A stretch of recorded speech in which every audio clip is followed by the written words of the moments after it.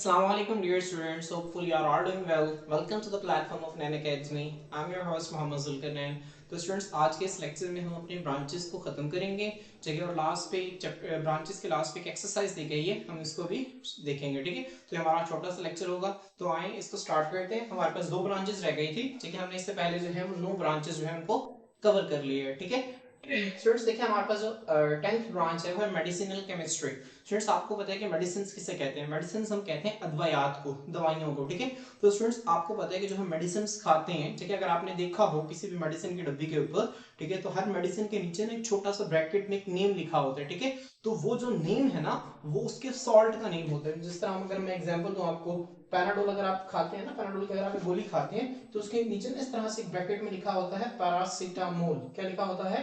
Paracetamol. ये common है। अभी जो पैरासीटामोल एक सॉल्ट है बेसिकली, जो कि जो दवाई बनाने में इस्तेमाल होता है, ठीक है। अभी एक केमिकल है। इसी तरह हमारे पास जितनी मर्जी आप दवाइयां ले लें, उनके नीचे एक छोटा सा ब्रैकेट के अंदर उसका केमिकल का नेम जो है वो मेंशन होता है, ठीक है। तो स्टूडेंट्स ये जो केमिकल है ना, ये उस दवाई, अब ये जो केमिकल है हमारे पास, ये दवाई बनाने में इस्तेमाल होता है, ठीक है। अब इस केमिकल की सिंथेसिस तैयारी कैसे की जाती है, इस केमिकल को डिस्कवर कैसे किया जाता है और इसको किस तरह से इस्तेमाल किया जाएगा और किस तरह से उस खास दवाई की शक्ल में ढाला जाएगा, स्टूडेंट्स इसको हम जो है वो मेडिसिनल केमिस्ट्री के अंदर स्टडी करते हैं। तो इसमें हम क्या करते हैं, वो जो केमिस्ट है, केमिस्ट का मतलब होता है वो जो केमिस्ट्री का माहिर है, वो जो परफॉर्म करता है, जो बंदा वो केमिस्ट है, ठीक है। वो केमिस्ट क्या करता है, ट्रायल कोशिश करता है तो डिजाइन, डिजाइन का मतलब है तैयार करना एंड सिंथेसाइज और बनाना किसको, मेडिसिन को, ठीक है। स्टूडेंट्स देखिए मेडिसिन को तैयार करना मतलब वो जो ड्रग है उसको तैयार करना, वो पाउडर शक्ल में है। अब आपने उसको किस शेप में देना है, आपने उसको कैप्सूल में देना है, आपने उसकी टैबलेट की क्या शेप देनी है, उसको डिजाइन करता है और उन मॉलिक्यूल्स को तैयार करता है, या ड्रग्स को या दवाइयों को। स्टूडेंट्स याद रखें मेडिसिन हम, ठीक है, साइंस के अंदर ड्रग्स जो है उस चीज को कहते हैं हमारे पास, जो कि हमारी बॉडी के अंदर जाए और हमारी बॉडी की नॉर्मल फंक्शनिंग को चेंज कर दे, ठीक है। हमारे पास, ठीक है, ड्रग जो है आमतौर पर बच्चे ड्रग समझते हैं जैसे नशा आवर चीज है, ठीक है। वो ड्रग्स की एक अलग कैटेगरी होती है जिन्हें हम कहते हैं एडिक्टिव ड्रग्स। क्या कहते हैं? एडिक्टिव ड्रग्स, ठीक है। यहाँ पर ड्रग्स से हमारा पैराडोल भी एक ड्रग है, डिस्प्रिन भी एक ड्रग है। जो जितनी भी दवाइयां हम लेते हैं वो सारी की सारी क्या है, ड्रग्स हैं, ठीक है, which are beneficial for mankind. अब जाहिर सी बात है जो दवाइयां हैं वो हम अपने फायदे के लिए इस्तेमाल करते हैं ताकि हमें बीमारियां ना हो और हम जो है उससे ठीक हो जाए, ठीक है। तो स्टूडेंट्स हमारे पास केमिस्ट्री की हमारे पास वो ब्रांच, ठीक है, जिसमें हमारे पास जो केमिस्ट है वो उन मॉलिक्यूल्स को, जो दवाइयां हैं या जो ड्रग्स हैं, ठीक है, ये जो सॉल्ट्स हैं, मॉलिक्यूल्स को क्या करता है, डिजाइन करता है, उनको तैयार करता है, ठीक है, जो कि इंसानियत के लिए फायदेमंद है। इनको हम जो है वो मेडिसिनल केमिस्ट्री के अंदर स्टडी करते हैं। स्टूडेंट्स अब इसके अंदर क्या है, इट इंक्लूड्स डिस्कवरी, ठीक है। अब वो जो सॉल्ट्स है वो डिस्कवर, जाहिर सी बात है, देखें कोई एक सॉल्ट, कोई एक नया ड्रग जो है वो डिस्कवर हुआ तो उसकी इंसानी जिस्म पर क्या क्या असरात होंगे इसको सबसे पहले जांचा जाएगा, ठीक है। तो सबसे पहले हमारे पास है डिस्कवरी, ठीक है।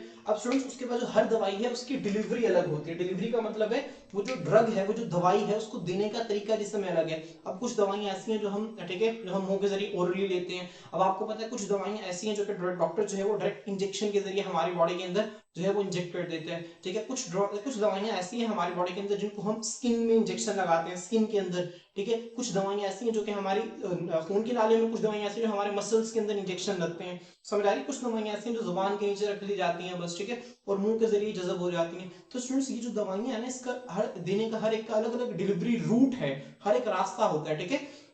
तो उस दवाई का रास्ता क्या होगा ये भी वही डिसाइड करते हैं। उसके बाद है अब्जॉर्प्शन। अब वो जो दवाई है उसकी अब्जॉर्प्शन कितनी होगी खून के अंदर, इसको भी कौन डिसाइड करता है? वही जो हमारे पास मेडिसिनल केमिस्ट है, ठीक है, जो मेडिसिनल केमिस्ट्री का जो माहिर आदमी है, ठीक है, वो बताएगा कि अब्जॉर्प्शन कहाँ कहाँ से होगी। जब वो, जाहिर सी बात है, वो देखेगा, एक्सपेरिमेंट करेगा, ठीक है, तो उसे पता चलेगा कि कहाँ से दवाई अब्जॉर्ब हो रही है, ठीक है। और उसके बाद उसका मेटाबॉलिज्म क्या है। स्टूडेंट्स मेटाबॉलिज्म आपके लिए एक नया लफ्ज है, बाकियों का आपको कुछ ना कुछ, ठीक है, नो हाउ है बाकी अल्फाज के साथ, लेकिन मेटाबॉलिज्म नया लफ्ज है। स्टूडेंट्स मेटाबॉलिज्म जब भी आपके सामने एक लफ्ज आएगा तो आपने ज़हन में रखना है कि हम मेटाबॉलिज्म किसे कहते हैं। मेटाबॉलिज्म हम कहते हैं केमिकल रिएक्शंस, ठीक है, जो कि हमारी बॉडी के अंदर होते हैं। उन सब केमिकल रिएक्शंस को मजमूई तौर पर हम क्या कहते हैं, मेटाबॉलिज्म कहते हैं। अगर मैं यहाँ पे इसकी डेफिनेशन लिख दूं, हमारे पास सेट ऑफ केमिकल रिएक्शंस, ठीक है, set of chemical reactions taking place in our body, ठीक है, टेकिंग प्लेस, या फिर लिविंग ऑर्गेनिजम्स कर रहे हैं, ठीक है, लिविंग ऑर्गेनिज्म, इससे हम क्या कहते हैं, इसे हम कहते हैं मेटाबॉलिज्म। मेटाबॉलिज्म, ठीक है। तो आप इसे लिख लीजिएगा मेटाबॉलिज्म क्या होता है। मतलब देखिए स्टूडेंट्स, एक जो सॉल्ट है, फर्स्ट करें मैंने इसको मुंह के जरिए लिया, ठीक है। अब मैंने मुंह के जरिए उसको लिया, अब वो सॉल्ट डिस्कवर कैसे हुआ, उसके बाद डिलीवरी मेरी ओरली थी, माउथ के जरिए, अब वो मेरे मैदे के अंदर गया, उसके बाद मेरे मैदे के अंदर जो है वो मेरे मैदे से वो जो दवाई है वो मेरे खून के अंदर जज़ब होगी, इसे कहते हैं अब्जॉर्प्शन। जब वो खून के अंदर जज़ब होगी तो वो जो खून है उस दवाई को लेकर हमारे जिगर के पास जाएगा, लिवर के पास जाएगा, ठीक है। जिगर का वहां पे जाके क्या करेगी, वो दवाई टूटेगी और वो खून के जरिए सारे जिस्म में फैल जाएगी, ठीक है। इसे कहते हैं मेटाबॉलिज्म, ठीक है। तो वो जो दवाइयों की जो चारों हमारे पास मेथड, ठीक है, जो चार हमारे पास क्या स्टेप्स हैं, ठीक है, उस दवाई के, ठीक है, इन तमाम की जो स्टडी है वो मेडिसिनल केमिस्ट्री के अंदर की जाती है, ठीक है। स्टूडेंट्स मैं उम्मीद करता हूँ कि आपको ये समझ आ गया होगा। स्टूडेंट्स अब हमारे पास जो नेक्स्ट ब्रांच है, जो लास्ट है, हमारे पास है एस्ट्रोकेमिस्ट्री। क्या है? एस्ट्रोकेमिस्ट्री। स्टूडेंट्स ये हमारे पास कह लें कि पहले नहीं थी, ये हमारे पास एक न्यू ब्रांच के तौर पर जो है वो सामने आई है। एस्ट्रो का मतलब क्या होता है स्टूडेंट्स? एस्ट्रो जो लफ्ज है ना, एस्ट्रोनॉमी से लिया गया। किससे लिया गया? एस्ट्रोनॉमी। एस्ट्रोनॉमी का लफ्जी मतलब अगर मैं उर्दू में कहूँ तो माहिर फल्कियात, मतलब ठीक है, फल्कियात का मुताला। फल्कियात, फलक कहते हैं आसमान को, मतलब स्पेस, खला और खला में मौजूद जितनी चीजें हैं इन सब का जो मुताला है, ठीक है, उन्हें उससे हम एस्ट्रोनॉमी कहते हैं। इस तरह आपने देखा होगा वो लोग जो जमीन से बाहर खला में जाते हैं, चांद पर जाते हैं, उन्हें एस्ट्रोनॉट्स कहते हैं। क्या कहते हैं? एस्ट्रोनॉट्स। मैं यहाँ पे लिख दूं अगर, एस्ट्रोनॉट्स, ठीक है। तो एस्ट्रोनॉमी जो है इसका मतलब है, ठीक है, बाहर, ठीक है, स्पेस का मुताला, जमीन से बाहर जो चीजें हैं उन सब का मुताला जो है वो एस्ट्रोनॉमी में किया जाता है। तो उसी से लफ्ज निकला एस्ट्रो और केमिस्ट्री। केमिस्ट्री का मतलब आपको पता है कि केमिकल रिएक्शंस हैं। तो अगर हम क्या करें, केमिकल रिएक्शंस, वो जो सब्सटेंसेस हैं, वो जो मॉलिक्यूल्स, सब्सटेंसेस की स्टडी है, अगर वही सब कुछ हम क्या करें वो जमीन की जगह पर अगर हम खला के अंदर मौजूद चीजों पर करें, तो स्टूडेंट्स यही हमारे पास क्या है, यही तो हमारे पास एस्ट्रोकेमिस्ट्री है। तो इसमें हम क्या करते हैं, इसमें हम स्टडी करते हैं मॉलिक्यूल्स की और आयंस की। आयन स्टूडेंट किसे कहते हैं, आपके लिए लिखना है लफ्ज है कि व्हाट इज आयन, ठीक है। तो स्टूडेंट आपने ध्यान में रखना है आयन क्या होता है। मैं अगर आपको यहाँ पे बताऊं, आयन जो है हमारे पास, जब एक एटम जो है स्टूडेंट्स वो इलेक्ट्रॉन लूज कर देता है, मिसाल के तौर पर हाइड्रोजन जो है इसका एटॉमिक नंबर 1 है, इसके आउटरमोस्ट शेल में एक इलेक्ट्रॉन मौजूद होता है, ठीक है। मिसाल के तौर पर ये हाइड्रोजन आउटरमोस्ट शेल में, ये इसका न्यूक्लियस है, इसके आउटरमोस्ट शेल में एक इलेक्ट्रॉन मौजूद है। और जब इसके आउटरमोस्ट शेल से इलेक्ट्रॉन निकल जाता है, ठीक है, तो ये आयन बन जाता है। क्या बन जाता है? आयन बन जाता है, ठीक है। अभी आप सिर्फ इतना याद रखें, फिर हम इसको डिटेल से देखेंगे। आयन कब बनता है? जब एक इलेक्ट्रॉन, जब एक एटम से इलेक्ट्रॉन निकलता है या उसके अंदर इलेक्ट्रॉन ऐड होता है तो वो आयन बन जाता है, ठीक है। तो आयंस और मॉलिक्यूल्स का तो आपको पता है कि जब दो एटम्स जो हैं वो आपस में बॉन्ड के जरिए आपस में मिलते हैं तो उसे मॉलिक्यूल कहते हैं, ठीक है। रिकरिंग का मतलब होता है बार बार होना, ठीक है। कहां पर वाकया हो रहे हैं? स्पेस। स्पेस कहते हैं खला को जो हमारी जमीन से बाहर मौजूद है।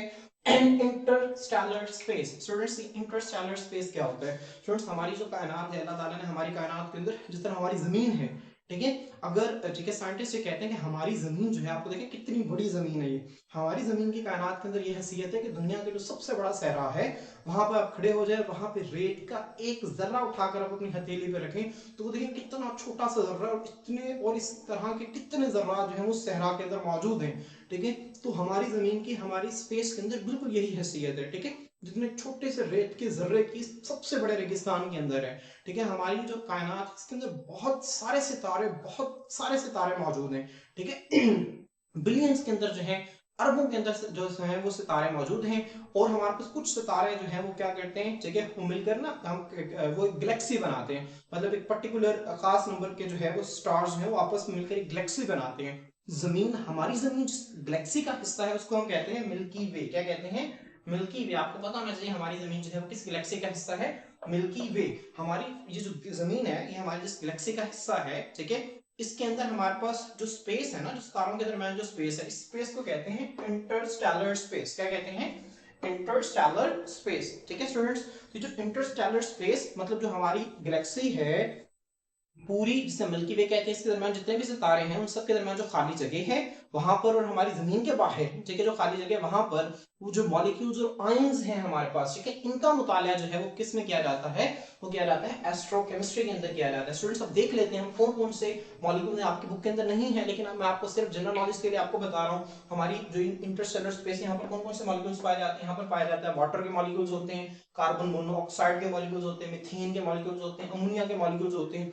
कौन कौन से आयंस होते हैं? हाइड्रोजन के आयंस हैं, हीलियम के आयंस होते हैं, ऑक्सीजन के आयंस हैं, नाइट्रोजन के आयंस हैं और आयरन के आयंस हैं। स्टूडेंट्स आप जिस तरह जमीन में हमारे पास कई तरह के मिनरल्स और न्यूट्रिएंट्स मौजूद हैं, इस तरह हमारे पास बाकी प्लैनेट्स के अंदर भी ये सारी चीजें मौजूद हैं। इनफैक्ट बाकी जिस तरह देखें सन, सूरज की रोशनी, अब सूरज पर क्या हो रही है केमिकल रिएक्शंस हो रहे हैं जिसकी वजह से वहां पर बहुत बड़ी तादाद में हीट पैदा होती है और वही रोशनी जो है वो हमारी जमीन तक पहुंचती है, ठीक है, जिसको जो है वो हम जो है वो फिर इस्तेमाल करते हैं, ठीक है, डिफरेंट तरीकों से। तो सूरज की रोशनी जो है वो उसके सूरज के अंदर बहुत सारे केमिकल रिएक्शंस हो रहे हैं, ठीक है, बहुत सारे केमिकल रिएक्शंस और बहुत सारे मॉलिक्यूल्स और आयंस उसके अंदर मौजूद हैं, ठीक है, और वहां से जो रोशनी है उन्हें हम रेडिएशंस कहते हैं जो हमारी जमीन तक पहुंचती है। तो वहां पर कौन कौन से रिएक्शंस हो रही हैं, कौन कौन से मॉलिक्यूल्स हैं, इन सब का मुताला जो है हम एस्ट्रोकेमिस्ट्री के अंदर करते हैं। तो स्टूडेंट्स इस डिसिप्लिन के अंदर हम और क्या करते हैं, ठीक है, इस डिसिप्लिन के अंदर हम स्टडी करते हैं अबंडेंस। अबंडेंस का मतलब होता है कसरत से, मतलब कितने ज्यादा मिकदार में, ठीक है, अबंडेंस और रिएक्शंस, ठीक है, किसके, एटम्स के, मॉलिक्यूल्स के या आयंस के। समझ आ रही है स्टूडेंट्स? एटम्स, मॉलिक्यूल्स या आयंस के जो रिएक्शंस हैं, ठीक है, वो रिएक्शंस कितने हैं और वो कितनी कसरत से पाए जाते हैं एटम्स, मॉलिक्यूल्स और आयंस, कहां पर, यूनिवर्स, कायनात के अंदर, and interaction of these species with radiation. अब स्टूडेंट्स यहाँ पे जो लफ्ज आपके बुक में स्पीशीज इस्तेमाल हुआ है ना, ये स्पीशीज इन चीजों के लिए इस्तेमाल हुआ है, एटम्स के लिए, मॉलिक्यूल्स के लिए और आयंस के लिए, ठीक है। मतलब वो कहता है कि हमारे पास, हम एस्ट्रोकेमिस्ट्री के अंदर क्या करते हैं, एटम्स, मॉलिक्यूल्स और आयंस ये कितनी कसरत से पाए जाते हैं, अबंडेंस को स्टडी करते हैं, ये किन किन रिएक्शंस में हिस्सा लेते हैं, उन रिएक्शंस को स्टडी करते हैं, ठीक है। और ये जो एटम्स, मॉलिक्यूल्स और आयंस हैं, ये सूरज से, जो सूरज की रोशनी हैं, जो रेडिएशंस हैं, उनके साथ किस तरह से इंटरेक्ट करते हैं, ठीक है, इस सब को हम क्या कहते हैं, इस सब को एस्ट्रोकेमिस्ट्री कहते हैं। मिसाल के तौर पर, ठीक है, मिसाल मेरे पास वाटर का मॉलिक्यूल है, जब इसके ऊपर सूरज की आने वाली शुआएं पड़ेंगी तो ये क्या हो जाएगा, ये अलग अलग, ये टूट जाएगा, हाइड्रोजन ऑक्सीजन में टूट जाएगा। समझ आ रही है स्टूडेंट्स? ठीक है, तो इस तरह से एटम्स और मॉलिक्यूल्स जो है शुआओं के साथ किस तरह से इंटरेक्ट करते हैं, किस तरह से लेन देन करते हैं, इसको स्टूडेंट्स हम जो है वो एस्ट्रोकेमिस्ट्री के अंदर स्टडी करते हैं, ठीक है। स्टूडेंट्स यहाँ पर हमारे पास जो ब्रांचेस ऑफ केमिस्ट्री हमारा कंप्लीट हो गया है। तो स्टूडेंट्स आए, अब हम आपके के अंदर एक एक्सरसाइज दी गई है, ठीक है, इसी, ठीक है, एक्सरसाइज में स्टूडेंट्स को कहता है कि कुछ साइंटिस्ट हैं वो चांद पर गए हैं, ठीक है, तो चांद से कुछ सैंपल लेकर आए हैं, ठीक है, आप ये समझ लीजिए चांद से कुछ सैंपल लेकर आए हैं। अब वो जो सैंपल है ना, उनके उन्होंने कुछ स्टडीज करनी है, पहली स्टडी उन्होंने करनी है कि डिटरमाइनिंग इट्स कंपोजिशन, वो जो सैंपल है उसके अंदर देखना है कि इसके अंदर कौन कौन सी चीजें मौजूद हैं, ठीक है। अच्छा, दूसरी स्टडी ये करनी है कि study the physical properties of materials it contain, वो जो उसके अंदर चीजें पाई गई है ना, उसकी फिजिकल प्रॉपर्टीज को स्टडी करना है। फिजिकल प्रॉपर्टी से मुराद वो क्या है, वो किस तरह का है, उसकी शेप क्या है, उसका मेल्टिंग पॉइंट कितना है, उसका बॉइलिंग पॉइंट कितना है, ये जो तमाम फिजिकल प्रॉपर्टीज इसे कहते हैं। फिजिकल प्रॉपर्टीज से मुराद ये कि हमने केमिकल्स को नहीं देखना कौन कौन से केमिकल्स हैं, बस बाहर से वो प्रॉपर्टीज हैं हमें पता चल जाए वो फिजिकल प्रॉपर्टीज हैं, ठीक है। मतलब है carrying out chemical reactions with usual inorganic reagents, ठीक है। इन रिएजेंट्स का मतलब होता है, ठीक है, वो चीजें इनके साथ हमने रिएक्शन करवाना है, ठीक है, तो हमने उनके केमिकल रिएक्शंस करवाने इनऑर्गेनिक चीजों के साथ। अब स्टूडेंट्स बताएंगे आप लोगों का, अगर आप लोगों ने अच्छी तरह से ब्रांचेस पढ़ी हैं तो बताएं केमिस्ट्री की वो कौन सी ब्रांच है जिसमें हम चीजों को तज्जिया करते हैं, एनालाइज करते हैं, अलग अलग करके देखते हैं कि इसके अंदर क्या है, इसके अंदर क्या पड़ा हुआ है, इसके अंदर क्या मौजूद है। फ्रेंड्स इसको हम क्या कहते हैं बताएं, अगर आपने अच्छी तरह से पढ़ा है, ठीक है, वो स्टूडेंट्स, ठीक है, आप कमेंट सेक्शन में बता सकते हैं, ठीक है, अपने आंसर्स जो हैं, ठीक है, लेकिन यहाँ पर हम आंसर्स आपको सही बता देंगे। हमारे पास इसका जो हमारे पास ये है, इसमें हम एनालाइज करेंगे चूंकि चीजों को, तो ये जो है ये हमारे पास जिस ब्रांच के अंदर स्टडी किया जाएगा वो हमारे पास है एनालिटिकल केमिस्ट्री। क्या है स्टूडेंट्स? एनालिटिकल केमिस्ट्री, ठीक है।